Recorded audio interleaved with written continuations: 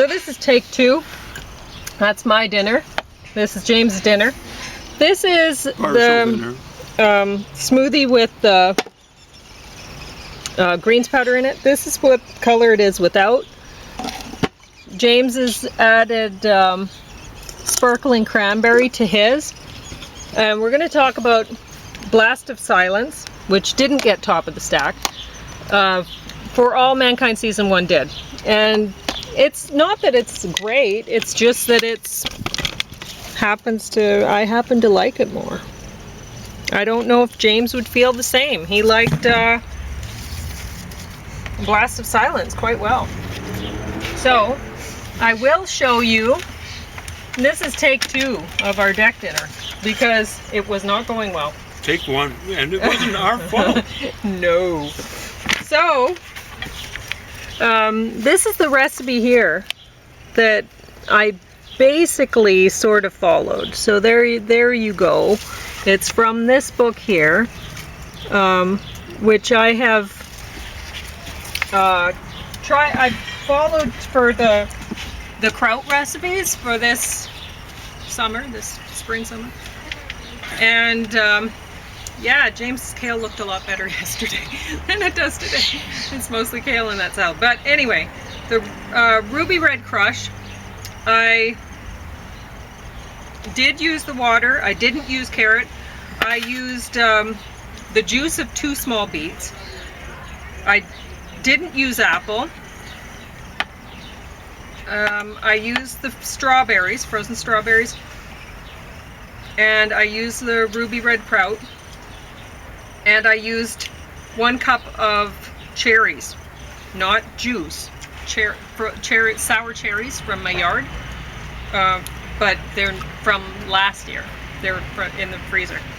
And then I used ginger juice and lemon juice. So a little bit different.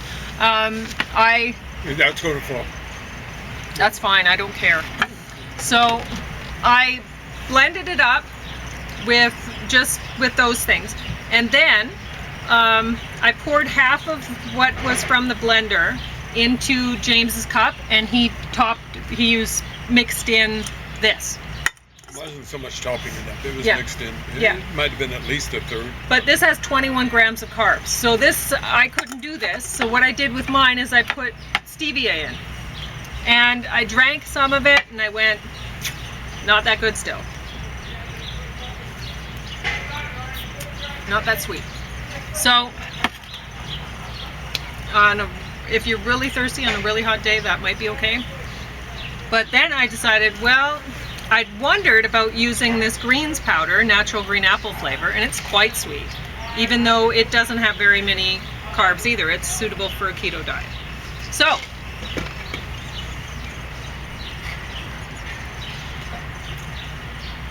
and it is better, but I don't think either are very good. Frankly, I don't know. But having said that, I didn't follow the recipe exactly, because the thing is, there's a lot of recipes in here that look kind of interesting or whatever. None of the smoothie recipes looked interesting to me, because I was like, kraut and smoothies, I don't know how that's going to work out. And for me, it doesn't. But James says that his actually tastes good with the sparkling cranberry. So that's without sweetener. Yeah. Well, the cranberry. No stevia, no sugar, no whatever else is still marketable. Yeah. Has been found tentatively non-carcinogenic. Mm-hmm. But there is sweetener in here. There's sugar in this. Yeah. 21 grams of carbs in this. And 18 grams of that carb is sugar. It says. Yeah. Oh, it says no artificial sweeteners. Yeah. So, with a few carbs, maybe this is better, but it's... See, I was reading the French, et deux courants, sans, without, and I thought that just meant without sweeteners. But artificial sweeteners. That's the thing, you got to watch languages. So, things that are called false friends. Yeah. So, yeah, it comes with some sweetener. It's a fair amount, you'd say. But I'm going to try it with raspberries next time, and I think it would probably... Strawberries aren't nearly as sweet. as raspberries, or they don't taste like. I know you're probably looking at the net carb and you're going, well, raspberries are acceptable if you're keto. But somehow they taste sweeter to me, so. They taste sweeter to me. Yeah. Or strawberries taste a little more acidic. Might be a little bit different. I don't know. But yeah, it's way better with the greens powder, actually.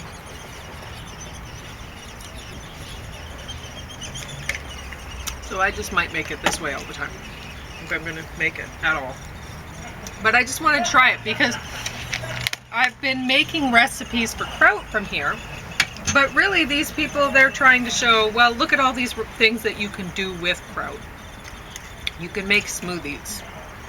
You can make... If you can, more power to you if you can get it stuffed out. Pate and other dips and salsa and potato salad and burgers and whatever. Get kraut in you if you can. Yeah. I mean, it's good to get the probiotics. So, but I just haven't made the recipes that they have because I can't with the keto. I'd have to do substitutions, you know, like I did here. And I don't know. This one was okay with the green apple, the greens. Anyway, so maybe I will do that. Maybe that'll become a regular for me with the green apple. I don't know. I want to try some of the other recipes and let you know how they are. Well, James will be a good guinea pig for that too, because we can find some way to like make it more like the recipe for him, and he might actually like it or whatever. So, these things, James, you might have noticed that yesterday when I made a salad, I mounded it up with a whole bunch of mushrooms. This time I mounded it up with these things, which I'd taken the chicken out of it. They came with chicken inside of them. There's not much chicken. Not much chicken. Taken out of it. They'd advertise having chicken in it. Yeah, but they're I'll show you maybe tomorrow. Maybe little chicken. 5 or 6 cubes. Yeah. In each one of those pipes. Yeah. And so I decided, well, I'll use these sort of like croutons on the salad today. It's great. Way better than croutons. But almost anything's better than croutons. My salad, the protein comes from the toasted hemp seeds on top. And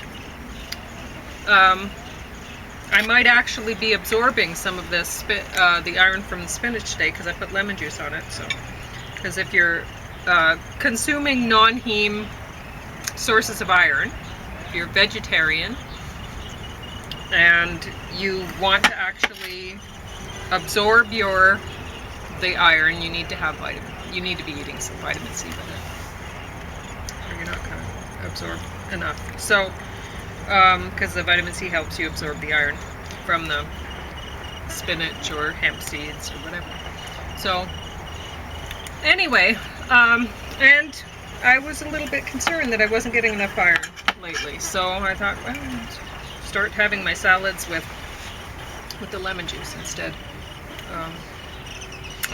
Because I've been putting the kraut on my salads. Today I put the kraut in my drink. And lemon juice in my salads. Well, I put the lemon juice in the kraut too, but in the drink too, but because it called for it. But anyway, so the interesting thing is, I made James's mushrooms so that they would be really high in protein. Good. How did I do that? Well, so his salad, even if I'd had the chicken in those things, that wouldn't have been a source of protein. It would have had hardly any for a meal. But the mushrooms had a huge amount of protein because when I had been making soup for James we got bone broth on sale for really cheap. He doesn't care if he has bone broth. So I'm not a big fan. No, but it doesn't taste like anything. And it was on clearance for really cheap. So I stirred it into this soup and he liked it okay, but honestly it doesn't stir. When you're stirring it in the soup, you have to stir it in, keep heating it and whatever, and it kind of has this gummy, it does not look attractive. So if you were making it yourself, you might go, I really, this has just made it unappetizing for me to eat. But with the mushrooms, you know how the mushrooms release their juice in the frying pan? Big time. Yeah. And then I sprinkled the bone powder on and stirred it in, and it like disappeared right away.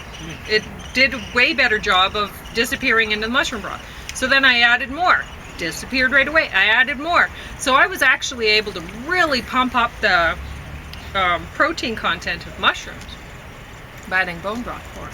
So he had it as a salad topper yesterday. He had it on his garlic toast today. Yeah.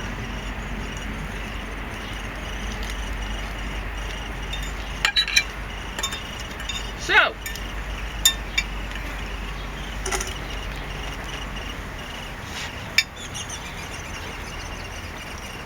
and when I juice my lemons, I've been putting the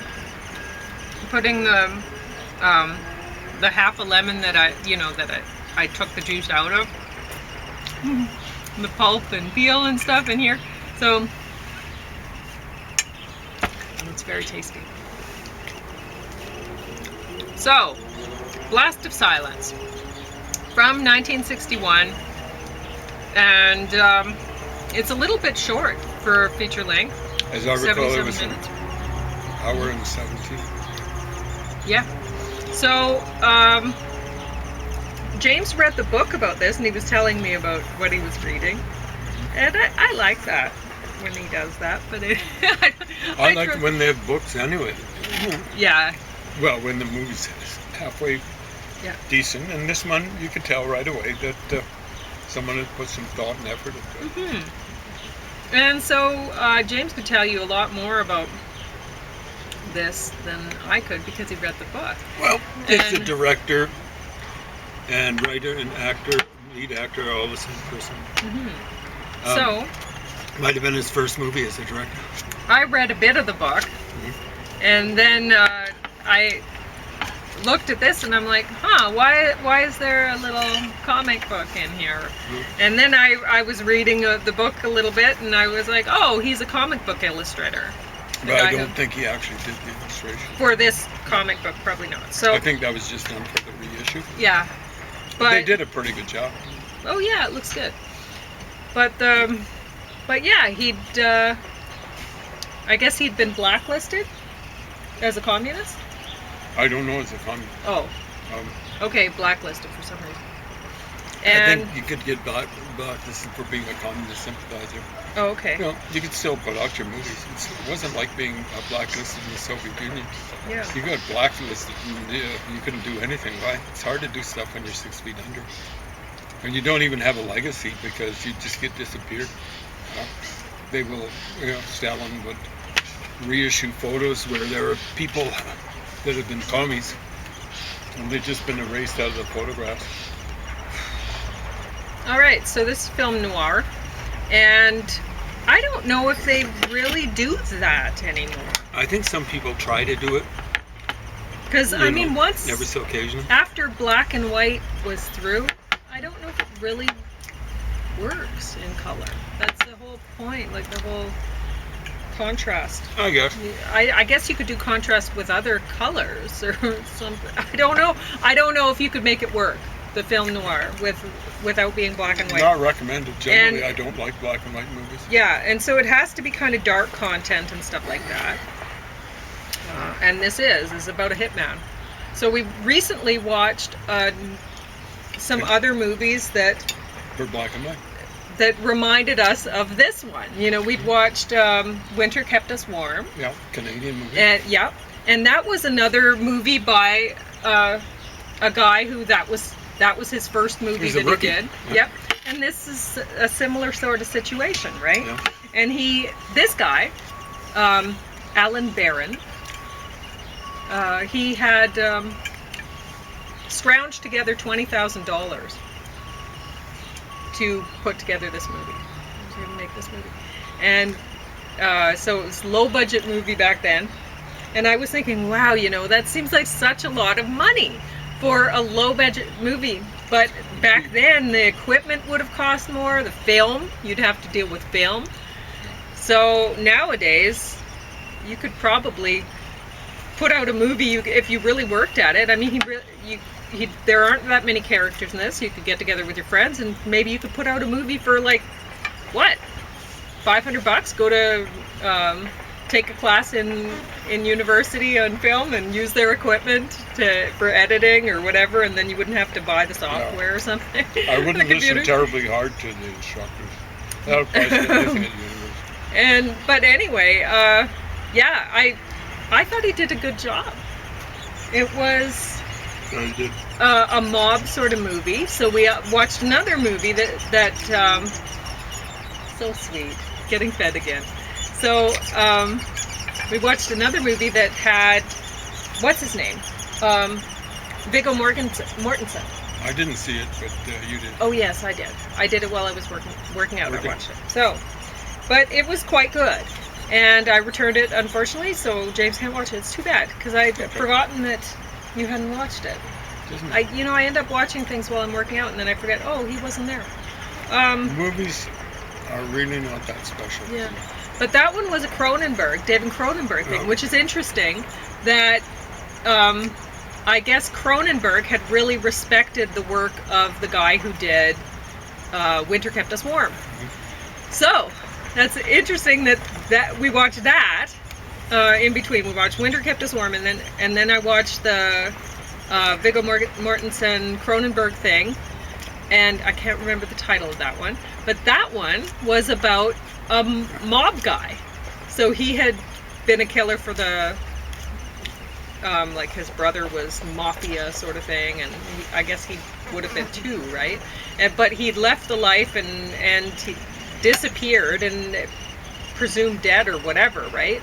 But he had a happy little farm life and a happy little diners that he ran, and then some bad guys came in and they were gonna rob and probably kill, and he ended up taking them down. And so then his base was in the newspaper, and he was a big hero, and the mafia people find him, right? So that's a good Cronenberg thing.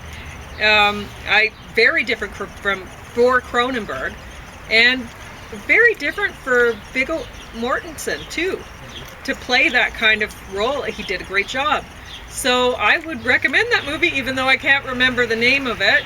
But if you look back at one reviews, word title starting with an M, maybe? I don't know. Massacre.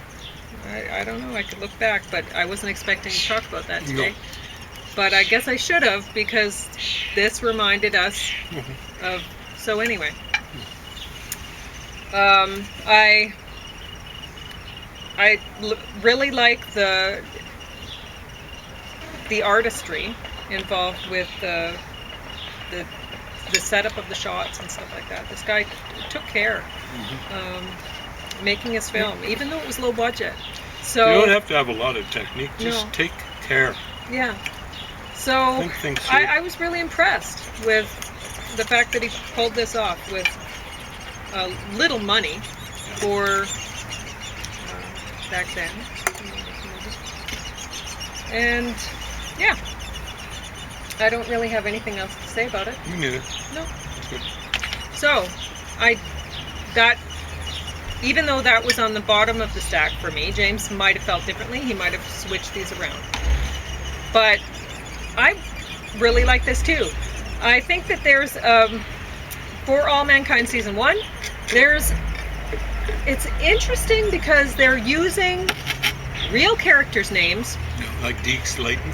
And I think all the characters are real people from history. But this is not history. This is a different sort of what would have happened if the Russians set foot on the moon first, not the Americans. And then and all this stuff. And so then they keep this battle for the moon kind of thing just keeps going, right? And so it says, imagine a world where the global space race never ended. The thrilling what if take on history.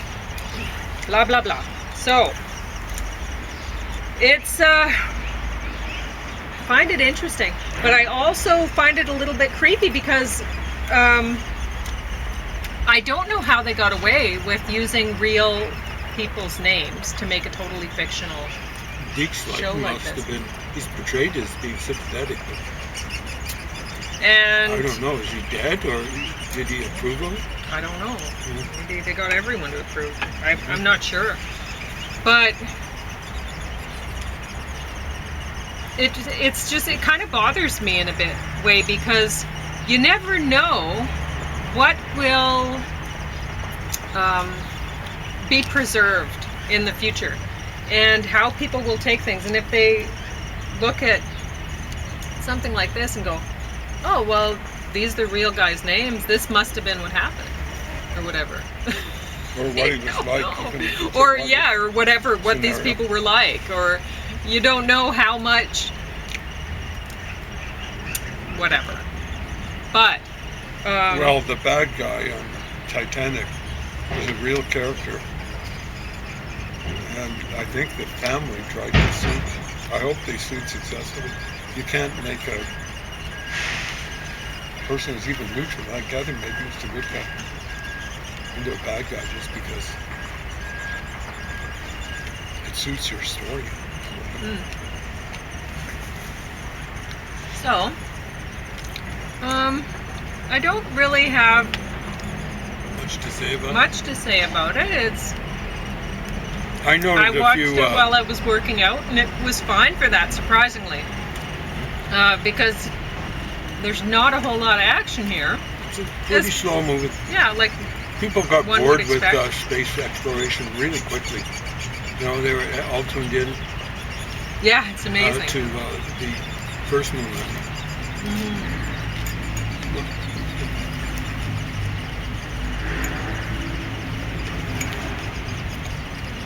And now, I mean,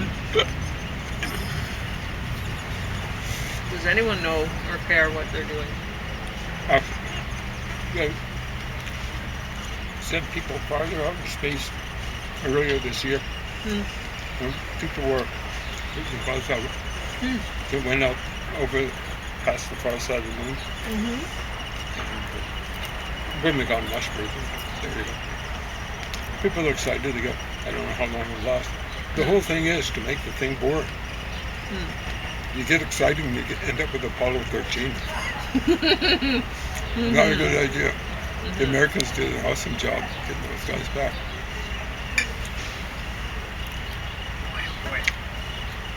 A lot better than the Russians.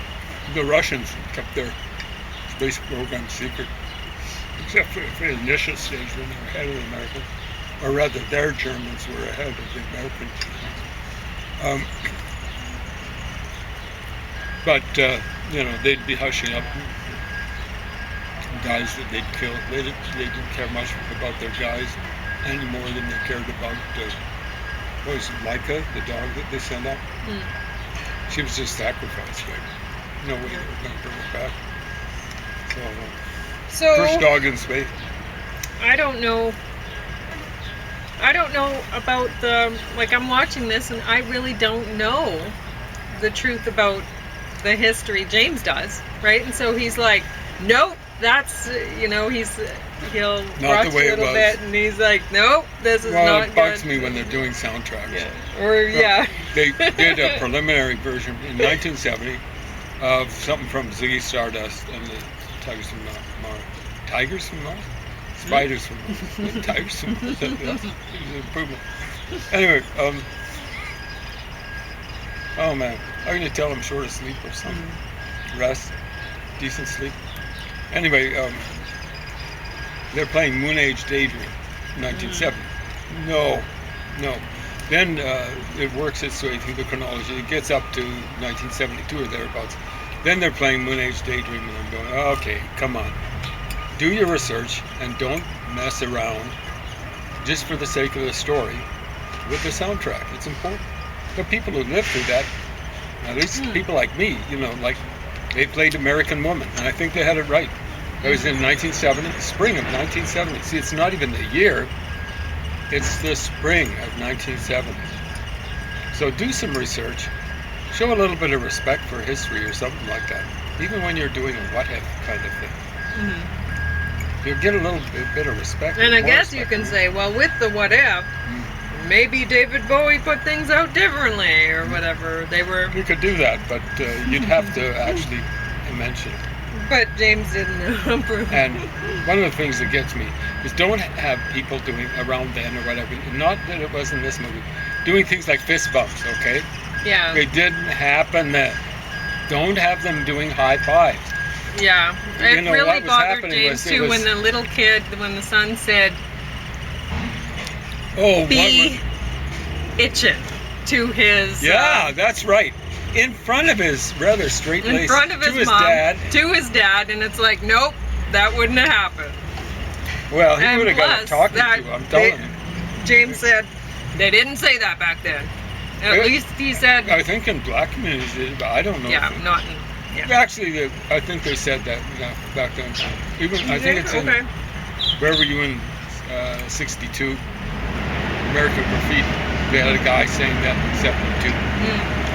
So I don't know if it was current in 62, but yeah, around 72. But not a kid. But not a in that kid. situation. Come on, write your dialogue better. So, there it goes again. I think they're telling us to wrap it up. Yeah. I think we've run out of batteries. Yeah, I don't know. So, There we go. It's not over till the Interrupting fat me. lady screams. yeah. I will say that I haven't watched the last half of the last episode yet. So Wow. I don't know. How it ends up. Yeah. Does the hero remain a hero? Whatever. But, yeah. What else were you bothered by? There's sound in the background. You might as well just check and see. I think we're out of time. But I can't think of. I really should take notes. Yeah. James was bothered by quite a few things. Quite a few things. Me? Not so much. I don't know the history and looked at it. whatever, so it didn't bother me. One thing bothered me: the ant farm getting knocked over in space. I don't know if you saw that. If the container that is holding the ant farm is moving in slow motion because there's gravity issues, The ants and the when they ants tumble out. are the container spills and the sand and ants are just on the floor. How? Yeah. How? Yeah. That doesn't They make just any spread out. sense. So that bothered me.